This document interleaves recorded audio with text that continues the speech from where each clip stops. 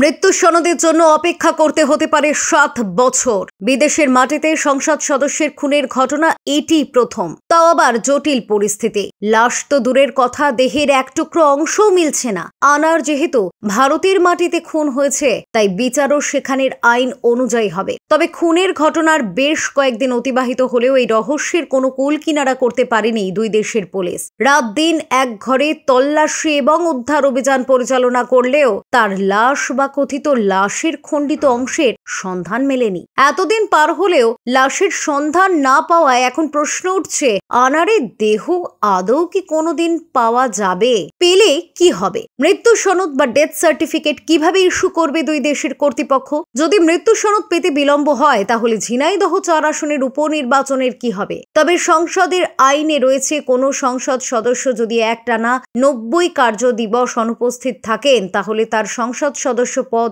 Automatic বাতিল হয়ে যাবে। ভারতীয় সংবাদ মাধ্যমের খবরে বলা হয়েছে, এমপি আনারের দেহ বা খণ্ডিত অংশ না পাওয়া গেলে ময়না তদন্ত করা যাবে না। এর মানে হলো আত্মীয়দের কাছে এমপি আনারের মৃত্যু সনদ দেয়া হবে না। শুধু তাই নয়, মৃত্যু সনদ পেতে পশ্চিমবঙ্গ সিআইডিকেও অন্তত 7 বছর অপেক্ষা করতে হবে। এ বিষয়ে কলকাতার প্রবীণ আইনজীবী অ্যাডভোকেট নবকুমার ঘোষ বলেছেন, কোনো মৃত ব্যক্তির মরদেহ পাওয়া না গেলে মৃত্যু সনদপত্র জারি করতে 7 বছর সময় লাগতে পারে। এটাই ভারতের প্রতিষ্ঠিত আইন। 7 বছরের অপেক্ষা করতেই হবে।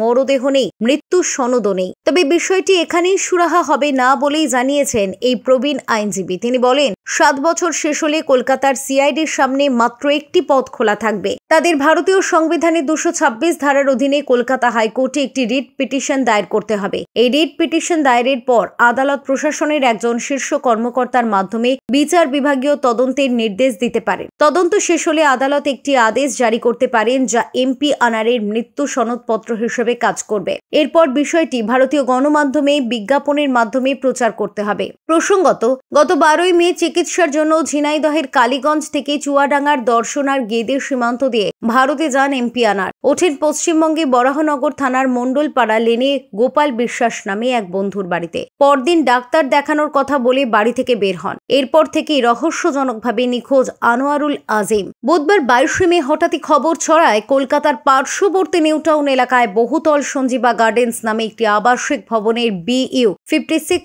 নম্বর রুমে আনোয়ারুল আজিম খুন হয়েছেন। ঘরের ভিতর থেকে পাওয়া গিয়েছে রক্তের ছাপ, তবে ঘরে মেলেনি মরদেহ।